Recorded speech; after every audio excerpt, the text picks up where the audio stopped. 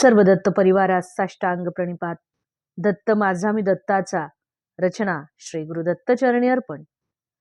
कोल्हापूर जिल्ह्यात नृसिंहवाडी पासून 6 किलोमीटर अंतरावर असणारे शिरोळ या ठिकाणी नृसिंह सरस्वती महाराज हे दत्तभक्ती पारायण एक दरिद्री ब्राह्मणाच्या उद्धारासाठी भिक्षेसाठी गेले होते.